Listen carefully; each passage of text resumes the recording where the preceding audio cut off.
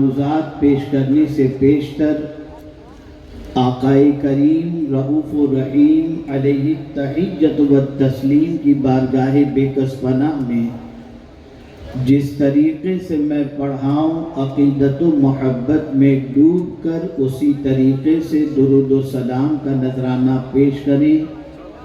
الصلاۃ والسلام علیک یا رسول اللہ، الصلاۃ والسلام علیک یا حبیب اللہ،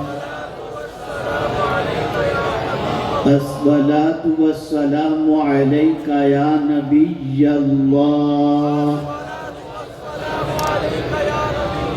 الصلاۃ والسلام علیک یا نور اللہ، وعلی آلک و اصحابک یا حبیب اللہ، صلی اللہ تعالی علیہ وسلم۔ ہم اور آپ ایک ایمان افروز خطاب حضور مفکر اسلام سے سماعت کر رہے تھے، اور یقیناً بہت ساروں کے دلوں کے اندر یہ جذبہ پیدا ہوا ہوگا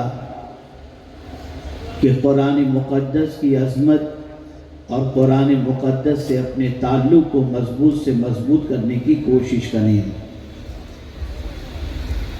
رئیس المفسرین کا خطاب ہوا، کچھ مفید باتیں ان کی بھی آپ نے اور ہم نے سننے کی سعادت حاصل کی۔ اللہ رب العزت جل جلالہ سارے بزرگوں کے سائے کو ہم سب پر سلامت رکھے، بالخصوص ہمارے ان دونوں بزرگوں کا سایہ ہم سب پر سلامت رکھے، اور ان کے علمی فیضان اور فکری فیضان سے ہمیں مالا مال ہونے کی توفیق عطا فرمائے۔ میرے پیارے آقا صلی اللہ تعالی علیہ وسلم کے پیارے دیوانوں، دن بدن مسلمانوں کا تعلق اپنے دین سے کمزور ہوتا جا رہا ہے، اور دین ہی سے کمزور نہیں ہو رہا بلکہ اللہ سے بھی کمزور ہو رہا ہے، اور اللہ کے رسول صلی اللہ علیہ وسلم سے بھی تعلق کمزور ہوتا جا رہا ہے۔ آپ ذرا سوچیں، اللہ رب العزت جل جلالہ کو ماننے والا جو ہوتا ہے اس کا تعلق اپنے رب سے کیسا ہونا چاہیے؟ اللہ کے رسول صلی اللہ تعالی علیہ وسلم کو ماننے والے کا تعلق اپنے نبی سے کیسا ہونا چاہیے؟ کبھی ہم نے قرآن و حدیث کی روشنی میں اس کو جاننے کی کوشش نہیں کی، بلکہ آج چند پروپیگنڈے کی بنیاد پر وہ طبقہ جن کو اللہ عز و جل نے دنیاوی دولت سے اور دنیاوی علم سے مالا مال کیا ہے، اللہ میں چین کی اپنی زندگی گزارو گے۔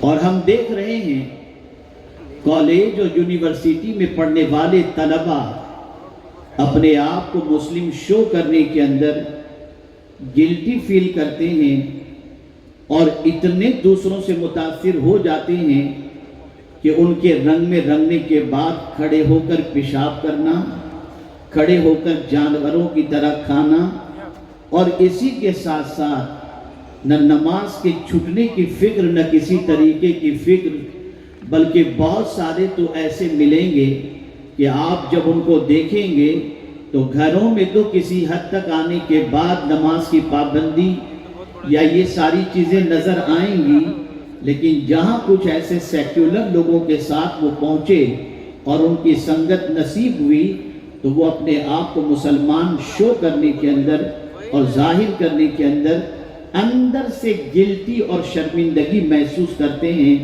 اور اپنے آپ کو شو کرنے سے ڈرتے ہوئے نظر آتے ہیں۔ در حقیقت یہ کیفیت ایمان کے ختم ہونے کی ابتدا ہے۔ اگر کسی کے سینے میں یہ کیفیت پیدا ہو جاتی ہے اور دل میں یہ خیال پیدا ہو جائے تو یہ سمجھ لینا چاہیے کہ اس کا ایمان سکرات کے عالم میں ہے۔ اے رسول اعظم صلی اللہ تعالی علیہ وسلم کے پیارے دیوانوں، یہ کیفیت صرف دانشگاہوں میں، دنیاوی دانشگاہوں میں پڑھنے والے طلبہ یا پروفیسرز یا انٹلیکچوئل کی پوزیشن نہیں ہے، اور نہ کارپوریٹ جگت سے تعلق رکھنے والوں کی پوزیشن ہے، بلکہ کبھی کبھی تو ایسا ہوتا ہے کہ اسلامی لبادہ پہنے ہوئے بہت سارے مسلمان بھی شکوک و شبہات کے شکار ہو جاتے ہیں، اور ایک جملہ بڑا عجیب کہتے ہوئے نظر آتے ہیں، مولانا بھلائی کا زمانہ نہیں ہے۔ بڑی پیاری بات کسی مفکر نے اس کے جواب میں کہی ہے، بھلائی کا زمانہ تو ہمیشہ ہوتا ہے، لیکن اگر تم بھلائی کا صلہ انسان سے چاہتے ہو تب تم ٹھوکر کھا رہے ہو، اگر تم بھلائی کا صلہ اللہ سے چاہتے ہو تو کبھی بھلائی کرنے میں ہچکچاہٹ تمہیں پیدا نہیں ہوگی۔ اگر آج زمانے کے انسانوں کی زبان پر اچھائیوں کے حوالے سے یہ جملے مل رہے ہیں تو انسان نے اپنے کام کے صلے کو، عبادت کے صلے کو، اچھائی کے صلے کو انسان سے اس کا صلہ چاہنے کی تڑپ اس کے اندر پیدا ہوئی، نتیجتاً وہ یہ کہتا ہوا نظر آتا ہے۔ ورنہ جو قرآن اول روز سے یہ پیغام دے رہا ہو، وَفَعِلُوا الْخَيْرِ لَعَلَّكُمْ تُفْلِحُونَ، بھلائی کے کام کرو تاکہ اللہ تمہیں کامیابی عطا فرمائے، تو بھلا اللہ ایسے کام کا حکم کیسے عطا فرمائے گا جس کام کے کرنے کے بعد تمہاری آبرو محفوظ نہ رہے اور تمہیں کوئی صلہ بھی نہ ملے۔ اللہ عز و جل یہ چاہتا ہے کہ تم جب کوئی کام کرو، بھلائی کا کوئی کام کرو، نیکی کا کوئی کام کرو، تو کبھی یہ ذہن میں تمہارے نہیں آنا چاہیے کہ میرے کام کی قدر بھی ہو، میرے کام کی تعریف بھی ہو، میرے کام کو سراہا بھی جائے، نہیں، بلکہ اللہ عز و جل جانتا ہے کہ قوم کا مزاج کیا ہے، انسانوں کی سچویشن کیا ہے، انسانوں کی کیفیت کیا ہے۔ انسان کا حال تو یہ ہے، وَمَا قَدَرُ اللَّهَ حَقَّ قَدْرِهِ، انسانوں نے تو اپنے پیدا کرنے والے رب کی بھی جیسی قدر کرنی چاہیے ویسی قدر نہیں کی، لیکن بھلائی کرنے والے کی اگر کوئی دنیا قدر کرے یا نہ کرے، بھلائی چاہنے والے کی اگر کوئی سراہنا کرے یا نہ کرے، میرا مولا فرماتا ہے وَمَن تَتَوَّعَ خَيْرًا فَإِنَّ اللَّهَ شَاكِرٌ عَلِيمٌ، جو اللہ کی رضا کے لیے کوئی بھلائی کا کام کرتا ہے، اللہ قدر کرنے والا بھی ہے اور جاننے والا بھی ہے۔ سوچ بدل رہی ہے، افکار و نظریات بدل رہے ہیں، آہستہ آہستہ انسان دین کے کاموں کے سلسلے میں، اچھائیوں کے کاموں کے سلسلے میں، اور اسی کے ساتھ ساتھ اللہ رب العزت جل جلالہ اور اس کے رسول صلی اللہ علیہ وسلم کے تعلق کے سلسلے میں اپنی زندگی کو بہت دور لے جا رہا ہے، اللہ سے فاصلہ بڑھا رہا ہے، رسول اعظم سے فاصلہ بڑھا رہا ہے۔ نتیجتاً سچویشن یہ ہے کہ آج کا انسان بے قراری کی وادیوں کے اندر اپنی زندگی کے لمحات گزار رہا ہے۔ اس کی زندگی میں سب کچھ تو نظر آتا ہے، سکون نظر نہیں آتا، اطمینان نظر نہیں آتا، چین نظر نہیں آتا۔ میرے پیارے آقا صلی اللہ تعالی علیہ وسلم کے پیارے دیوانوں، آپ پوری دنیا کے انسانوں کی زندگی کا جائزہ لے کر کے دیکھیں، جن لوگوں نے تعلق باللہ کمزور کیا اور جن کا تعلق باللہ اور تعلق بالرسول کمزور ہوا، اللہ نے ان کی زندگی سے سکون چھین لیا، اور سب کچھ ہوتے ہوئے بھی ان کی زندگی میں سکون نہیں۔ لیکن جن کا تعلق باللہ مضبوط رہا اور تعلق بالرسول مضبوط رہا، اللہ تعالیٰ نے ان کو چٹائی پر سونے پر بھی سکون کی نیند عطا فرما دی، اور دونوں جہاں کی بھلائیاں اور کامیابیاں اور اطمینان ان کے قدموں میں لا کر کے پروردگار نے رکھ دیا۔ اے رسول اعظم صلی اللہ تعالی علیہ وسلم کے دیوانوں، آج میں یہ چاہوں گا کہ آپ مختصر سے وقت کے اندر یہ سبق لے کر کے اٹھیں کہ آج کے بعد تعلق باللہ بھی مضبوط ہو، اللہ کے فرمان پر یقین بھی مضبوط ہو، اللہ کے رسول صلی اللہ علیہ وسلم کے فرمان پر یقین بھی مضبوط ہو۔ آئیے میں آپ کو سمجھاتا ہوا چلوں۔ قرآن کہتا ہے ایمان والوں سے، یا ایھا الذین آمنوا آمنوا باللہ ورسولہ، اے ایمان والو اللہ اور اس کے رسول پر ایمان لاؤ۔ یا اللہ ایمان والوں ہی سے کہا جا رہا ہے کہ ایمان لاؤ، وجہ کیا ہے؟ مختلف تفسیریں اس کی موجود ہیں، لیکن میں زیادہ تفسیروں کی طرف جانے کی بجائے ایک تفسیر آپ کے سامنے پیش کرتا ہوں۔ ایک تفسیر یہ بیان کی گئی، ایمان لاؤ یعنی جو زبان سے ایمان لا چکے ہو دل سے بھی ایمان لاؤ۔ تم نے کہا تو ہے کہ اللہ ہمارا رب ہے، تم نے کہا تو ہے کہ اللہ کے رسول آخری نبی ہیں، لیکن کیا تمہارا دل بھی اللہ کو اللہ مان رہا ہے؟ تمہارا دل بھی اللہ کے رسول کو آخری نبی مان رہا ہے؟ رسول کی باتوں پر تمہیں یقین ہے؟ اللہ کی باتوں پر تمہیں یقین ہے؟ میں محسوس کرتا ہوں اس وقت دنیا کے انسانوں کی زندگی کو، اور میں آپ کے سامنے بتاؤں اللہ پر جس طریقے کا یقین ہونا چاہیے مسلمانوں کا یقین آج اس درجے کا نظر نہیں آ رہا۔ بتائیے میرے پیارے آقا صلی اللہ تعالی علیہ وسلم کے پیارے دیوانوں، کیمرے کا دور چل رہا ہے، ہمیں بھی کہا گیا میدان میں اتنے کیمرے لگائیں، ہم بیٹھ کر پورے پبلک کا دیکھیں گے اور سارا جائزہ لیں گے، کہیں کوئی پرابلم نہ ہو۔ روڈ پر کیمرے، ایئرپورٹ پر کیمرے، ہر جگہ کیمرے رکھے گئے، جہاں جہاں انسان کو معلوم ہوتا ہے کیمرے لگے ہوئے ہیں، آدمی کیمرے کے حوالے سے مطمئن رہتا ہے کہ یہ کیمرہ مجھے دیکھ رہا ہے۔ بلکہ بہت ساری جگہوں پر تو یہ کیمرے لگا کر کے وہاں پر اسٹیکر لگا دیا جاتا ہے کہ آپ کیمرے کی نگاہ کے اندر ہو، آدمی الرٹ ہو جاتا ہے، ہوشیار ہو جاتا ہے۔ میں پوچھنا چاہتا ہوں کیمرہ دیکھ رہا ہو اسپیڈ فاسٹ نہیں کرتے، کیمرہ دیکھ رہا ہو تم جیب نہیں کاٹتے، کیمرہ دیکھ رہا ہو ڈکیتی نہیں کرتے، کیمرہ دیکھ رہا ہو تم دکان نہیں لوٹتے۔ میں پوچھنا چاہتا ہوں کیمرے کی وہ طاقت نہیں ہے، لیکن دنیا کے اندر سائنس بڑھتی گئی اور انسان کا یقین سائنسی آلات پر بڑھتا چلا گیا۔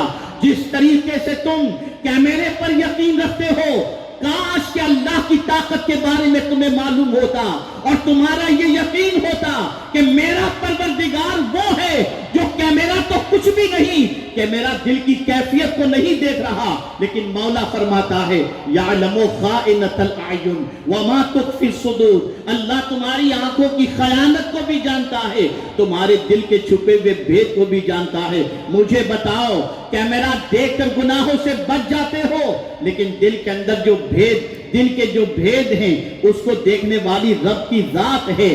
آج انسان گناہ کرنے سے پہلے چھپنے کی کوشش کرتا ہے، کوئی دیکھے نہیں، کہاں چھپو گے؟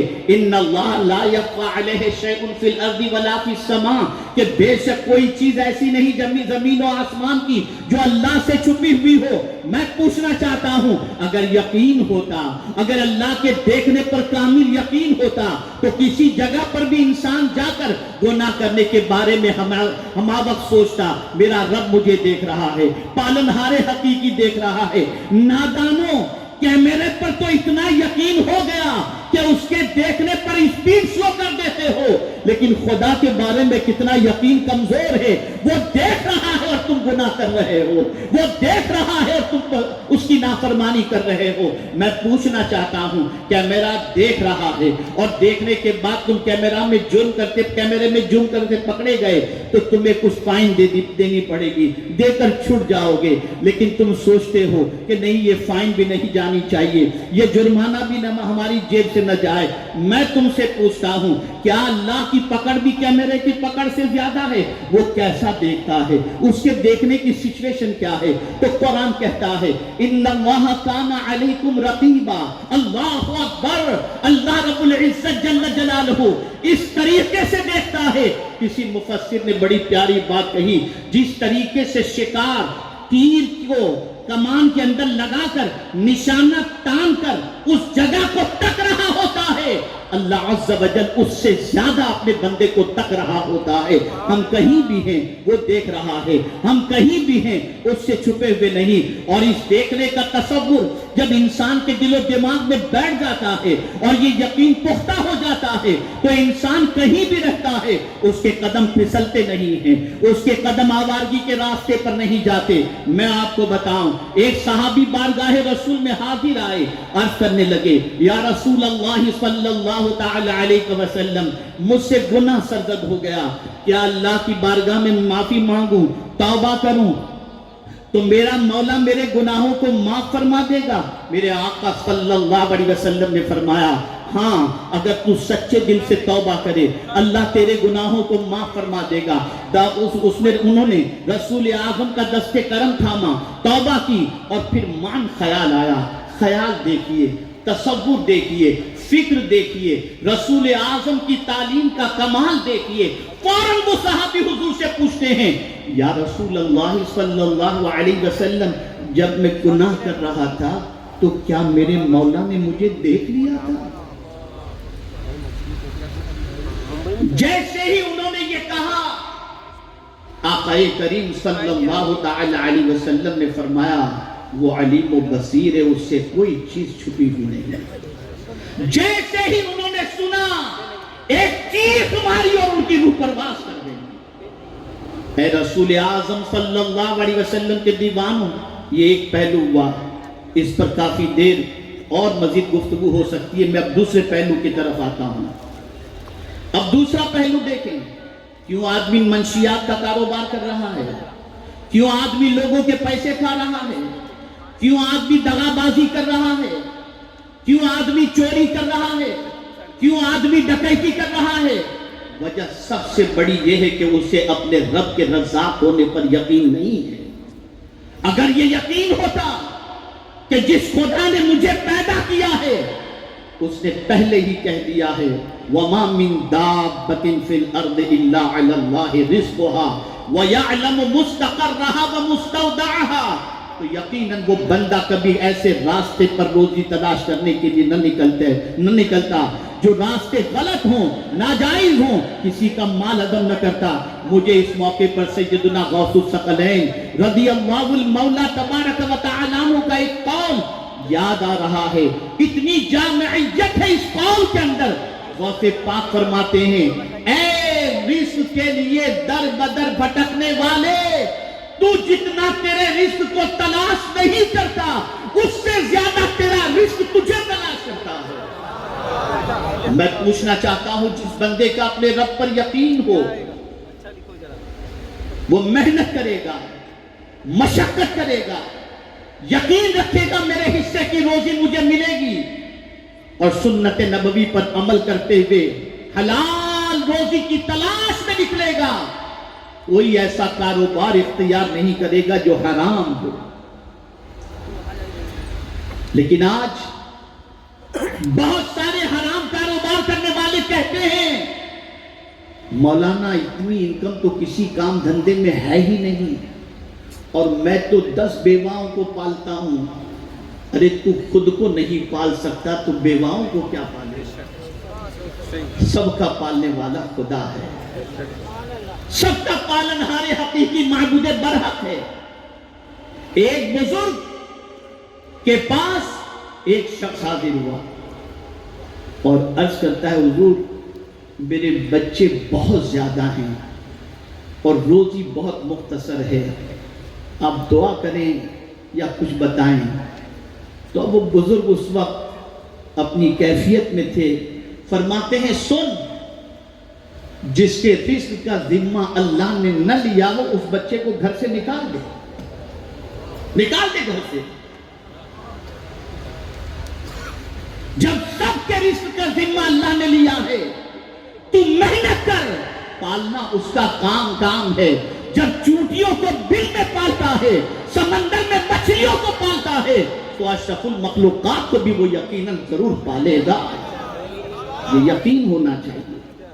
ہمارا یقین کمزور سے کمزور ترین ہوتا جا رہا ہے، ہمارا ایمان اس حد تک کمزور ہو چکا کہ سب کے وعدوں پر بھروسہ ہے، خدا کے وعدوں پر جیسا بھروسہ ہونا چاہیے ویسا نہیں ہے، نہیں ہے وہ بھروسہ۔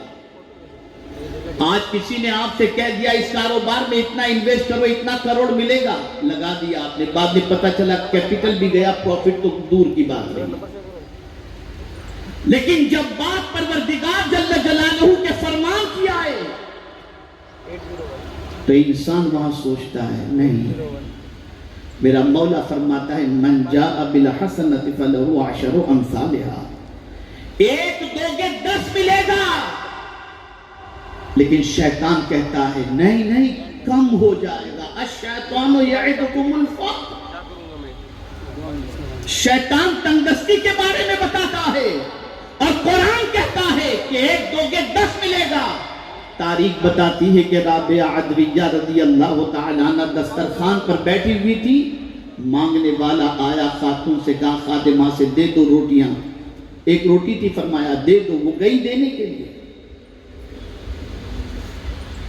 تھوڑی دیر کے بعد رابعہ عدویہ کے دروازے پر 9 روٹیاں لے کر کے کوئی آیا. 1 روٹی گئی, 9 روٹیاں آئیں.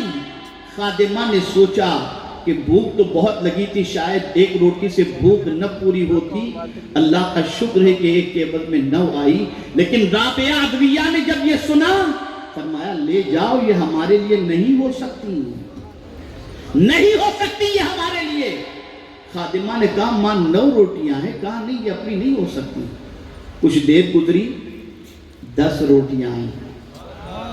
خادمہ نے کہا کوئی روٹیاں لے کر آیا. کہا گنو کتنی ہیں؟ کہا 10. کہا یہ ہماری ہونی چاہیے, اس لیے کہ سب کا وعدہ ہو سکتا ہے جھوٹا ہو, میرے خدا کا وعدہ کبھی غلط نہیں ہو سکتا. میں نے 1 روٹی دی تھی, میرے مولا نے اس کے عوض میں مجھے 10 روٹیاں عطا فرمائی. یہ یقین پیدا کرو, یہ ایمان پیدا کرو. آج ہمارا ایمان کمزور ہو چکا. قرآن کہتا ہے ان اللہ لا یخلف المیعاد, بے شک اللہ وعدہ خلافی نہیں فرماتا. لیکن اے رسول اعظم صلی اللہ علیہ وسلم کے دیوانوں, ہم پتہ نہیں دنیا کے سب کے باتوں پر بھروسہ کرتے ہیں, لیکن اللہ اور اس کے رسول کی جب بات آ جائے تو ہمارا یقین ڈگمگانے لگتا ہے. ایک مثال آپ کے سامنے پیش کروں اور اس سے آپ کے عقل کے دریچے کھل جائیں گے.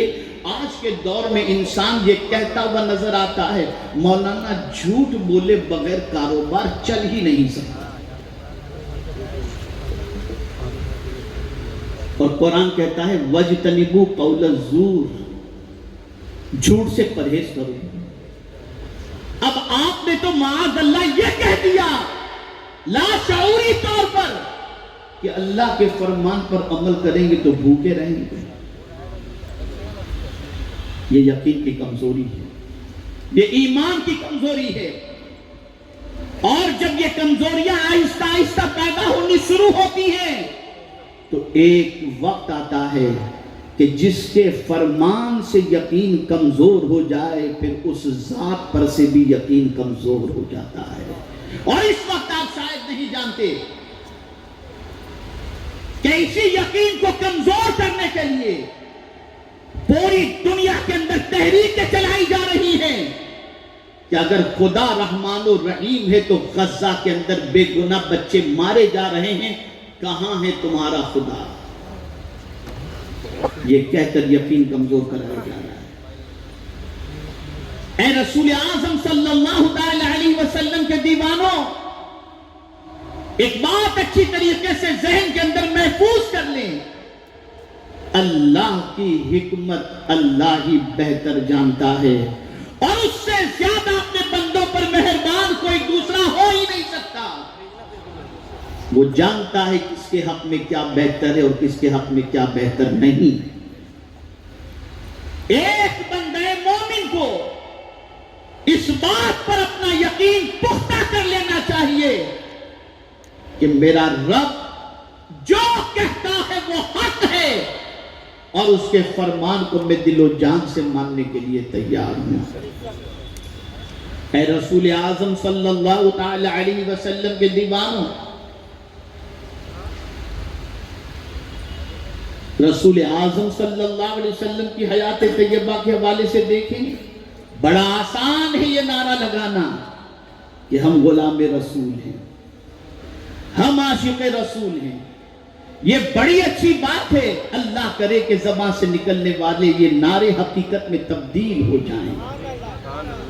لیکن کبھی میں آپ سے پوچھوں اور جواب طلب کروں تو آپ کا جواب کیا ہوگا؟ کیا حضور صلی اللہ علیہ وسلم کے فرمان پر بھی جیسا یقین ہونا چاہیے ویسا یقین ہے؟ لیکن جب تاریخ الٹ کر کے دیکھتا ہوں تو وہ لوگ جنہوں نے حضور کو ستایا تھا، وہ بھی اتنا جانتے تھے کہ حضور جو کہہ دیتے ہیں وہ سچ ہی ہوا کرتا ہے، ان کا یقین تھا۔ ابو لہب کا بیٹا عتیبہ کے بارے میں سرکار صلی اللہ علیہ وسلم نے اللہ کی بارگاہ میں یہ عرض کر دیا تھا، مولا اس پر ایک کتا مسلط فرما دے۔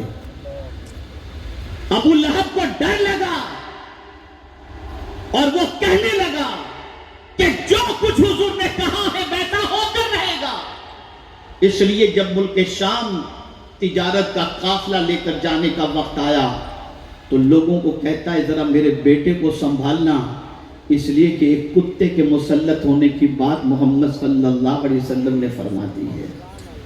گھیرے میں رکھتے تھے اور ہوا یہی، رات کے وقت ایک شیر آتا ہے، سب کے منہ سونگتا ہے اور پھر اس کے بعد اس کا منہ سونگتا ہے، اسے اٹھا کر لے جاتا ہے اور پھاڑ کھاتا ہے۔ اللہ اکبر! ابو لہب بھی جانتا تھا کہ حضور جو فرماتے ہیں وہ حق ہوا کرتا ہے، اسے بھی حضور کی باتوں پر یقین تھا۔ اس اعتبار کا تعصب کی بنیاد پر اس نے بھلے اسلام قبول نہیں کیا، لیکن بات سچی ہونے کے سلسلے میں اس کو بھی یہ یقین تھا۔ اور اسی لیے آج جس ایمان کی ہمارے اندر ضرورت ہے، اس ایمان کے حوالے سے قرآن ہمیں تقاضا کرتا ہے، وَإِذَا قِيلَ لَهُمْ آمِنُوا كَمَا آمَنَ النَّاسِ، جیسا کہ جب کہا گیا لوگوں سے ان کی طرح ایمان لاؤ، کن کی طرح؟ صحابہ کے ایمان کی طرح۔ کیسا تھا صحابہ کا ایمان؟ ایک واقعہ سنیں۔ سرکار صلی اللہ علیہ وسلم معراج تشریف لاتے ہیں، سفر معراج سے، اور کہتے ہیں کہ رات کے مختصر سے حصے میں مسجد حرام سے مسجد اقصی اور ساتوں آسمانوں کی میں نے سیر کی، تو ظاہر سی بات ہے کہ گولڈن چانس مل گیا لوگوں کو اس بات کے انکار کروانے کا اور ٹھکرانے کا اور دوسروں کو ماننے والوں کو ورگلانے کا۔ سب سے پہلے صدیق اکبر کے پاس پہنچے، ابو بکر تم پڑھے لکھے ہو، آج بھی جو جاتے ہیں ورگلانے کے لیے وہ سامنے والے سے ایسے ہی کہتے ہیں آپ تو سمجھدار ہو، آپ تو صاحب عقل ہو، آپ تو پڑھے لکھے ہو۔ ایسے ان لوگوں نے جا کے صدیق اکبر سے کہا کیا بات ہے؟ کہا تمہیں معلوم ہے تمہارے دوست نے آج کیا دعویٰ کیا؟ کہا کیا دعویٰ کیا؟ کہا انہوں نے کہا کہ رات کے مختصر سے حصے میں مسجد حرام سے مسجد اقصی اور پھر ساتوں آسمانوں کی انہوں نے سیر کی۔ کیا یہ ماننے والی بات ہے؟ مسکرائے صدیق اکبر۔ اب ایمان دیکھیں، پوچھتے ہیں کیا میرے محبوب نے کہا ہے؟ کہا ہاں۔ کہا یہ تو کچھ بھی نہیں ہے، اگر اس سے بھی کوئی بڑی بات کہیں تو ابو بکر کہنے کو تیار ہے، جو کچھ حضور نے فرمایا وہ سچ فرمایا۔ یہ ایمان ہے۔ بس ایک واقعہ میں نے تھوڑا سا اشارہ دے دیا، اب اس اشارے کے اعتبار سے اپنے ایمان کو ہم نے ٹٹولنا ہے۔ جب قرآن پڑھو، جب مصطفیٰ جان رحمت صلی اللہ علیہ وسلم کی حدیث پڑھو، شک کو دل میں آنے مت دو، یقین کر لو کہ جو کچھ کہا گیا وہ سچ ہے اور ویسا ہی ہوگا جیسا اللہ نے کہا اور اس کے رسول نے فرمایا۔ یہ یقین مضبوط کر لو۔ یہ یقین اعلیٰ حضرت کو بھی حاصل تھا، اعلیٰ حضرت کو۔ ہم یوں ہی امام عشق و محبت پر اپنی جان نہیں چھڑکتے، ان کا ایمان اتنا پختہ تھا جس کی کوئی انتہا نہیں۔ بحری جہاز میں سفر کر رہے ہیں، سمندر میں طغیانی آتی ہے اور کشتی ہچکولے کھانے لگتی ہے، سب نے کفن نکال لیے کہ اب ڈوبے گی کشتی، اب جہاز ڈوبے گا، اب ڈوبے گا، تب ڈوبے گا، لیکن امام احمد رضا آرام سے بیٹھے ہوئے ہیں۔ پوچھنے والے نے پوچھا آپ کو ڈر نہیں لگتا؟ دیکھیے تو صحیح ہماری کشتی کی، ہمارے جہاز کی پوزیشن کیا ہے، طوفان میں ہمارا جہاز آ چکا ہے، بچنے کے بظاہر کوئی آثار نظر نہیں آ رہے، لیکن آپ کے چہرے پر اطمینان نظر آ رہا ہے، آپ کو ڈر نہیں لگ رہا؟ اعلیٰ حضرت جواب میں فرماتے سن لو، یہ جہاز کنارے پر لگ کر کے رہے گا، اس جہاز کو یہ سمندر کا طوفان نہیں ڈبا سکتا، اس لیے کہ مدینے کے تاجدار نے فرمایا ہے جو سفر کی دعا، سواری کی دعا پڑھ لے وہ سواری کبھی ڈوب نہیں سکتی. اور میں جب سوار ہوا تھا وہ دعا میں نے پڑھ لی تھی, مجھے یقین ہے کہ یہ جہاز ڈوبنے والا نہیں. تھوڑی دیر کے بعد طوفان تھم جاتا ہے اور پھر یہ جہاز کنارے پہ لگ جاتا ہے. یہ یقین پیدا کرو, کہاں جائے گا بیٹا؟ یہ یقین پیدا کرو. آج شک پیدا کیا جا رہا ہے, آج تردد پیدا کیا جا رہا ہے, ڈاؤٹ پیدا کیا جا رہا ہے. ہم اندر سے کھوکھلے ہو چکے ہیں, ایک دم کھوکھلے ہو چکے ہیں. صرف زبانی ایمان ہماری زبان پر رہ گیا ہے. اندر سے ہم اللہ کے رسول کے ماننے والے ہونے کے باوجود جیسا یقین ہونا چاہیے ویسے یقین کے اندر کمزوری آ گئی. یہ یقین پیدا کرو. یقین پیدا کیسے ہوگا؟ 4 چیزوں سے. یقین پیدا کیسے ہوگا؟ 4 چیزوں سے. صاحب ایمان اور صاحب یقین کی صحبت اختیار کرو. ایسے علماء اور مشائخ کی صحبت اختیار کرو جن کی زندگی کے اندر اطمینان اور جن کی زندگی کے اندر ایمان اور یقین موجود ہو. دوسری چیز, اللہ کی نشانیوں پر غور کرو. تیسری چیز, عمل میں جد و جہد کرو. اور چوتھی چیز, قرآن سے اپنے تعلق کو مضبوط کرو. انشاءاللہ یقین کی دولت نصیب ہو جائے گی. اب آخری بات عرض کر کے گفتگو ختم کر دوں. سچویشن کو پیش نظر رکھتے ہوئے میں نے یہ بات عرض کرنا مناسب سمجھا. بہت سارے غم ستا رہے ہیں ہمیں. آج کا یہ غم, وہ پریشانی, وہ فکر. حضرت فقیہ ابو اللیث سمرقندی رحمت اللہ تعالی علیہ نے فرمایا اچھے غم 3 ہیں. غم بھی اچھے ہوتے ہیں, فکر بھی اچھی ہوتی ہے. 3 فکریں اور 3 غم بہت اچھے ہیں. ہر انسان کو چاہیے کہ ہمیشہ اس غم و فکر کے اندر رہے کہ کہیں آخری وقت میرا ایمان سلب نہ ہو جائے. اپنے ایمان کے بارے میں فکر کرتا رہے اور اس غم کے اندر گرفتار ہو کہ کہیں آخری وقت میرا ایمان سلب نہ ہو جائے. دوسرا غم اور دوسری فکر, فقیہ ابو اللیث سمرقندی رحمت اللہ تعالی علیہ فرماتے ہیں کہ احکام الہی کی پابندی نہ ہونے کا غم, کہ اللہ ایسی میری کیفیت نہ بن جائے کہ تیرے حکم پر عمل کرنا میرے لیے دشوار ہو جائے, اور پروردگار میں ایسے ماحول میں نہ گھر جاؤں کہ تیرے احکام کی بجا آوری مجھ سے نہ ہو سکے. بس اللہ عز و جل کی بارگاہ میں اس غم کو پیش کرو اور ہمیشہ دعا کرو, اے اللہ زندگی کی آخری سانس تک ہم تیرے احکام کی بجا آوری اور تیرے احکام کو بجا لاتے رہیں. اور تیسرا غم اور تیسری فکر یہ ہے کہ اہل خصومت کا چمٹنا, کہ کہیں ایسا نہ ہو جن کا دل ہم نے دکھایا, جن کی حق تلفی ہم نے کی, جن کو ہم نے ستایا, کہیں قیامت کے دن وہ ہم سے چمٹ کر اپنا حق نہ مانگ لیں.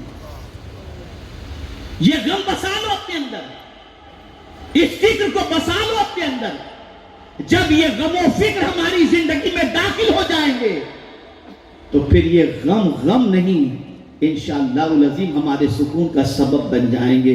اے رسول اعظم صلی اللہ تعالی علیہ وسلم کے دیوانوں, آج کے روح پرور سنی اجتماع میں حاضر ہونے والوں, اللہ اور اس کے رسول سے اپنے تعلق اور اپنے یقین کو مضبوط کر لو.